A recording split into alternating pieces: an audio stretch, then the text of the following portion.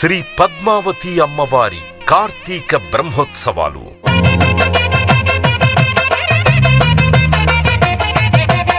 పెద్ద శేషవాహనం.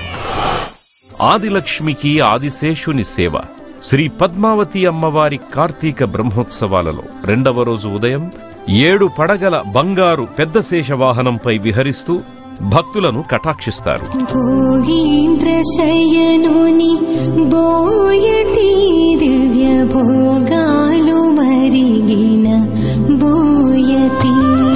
అనంత వైభవాల విష్ణు కాంతితో వెలిగే అమ్మవారు పురవీధుల్లో విహరిస్తుండగా దర్శించిన భక్తులకు ఆధ్యాత్మిక దివ్యానుభూతి కలుగుతుంది.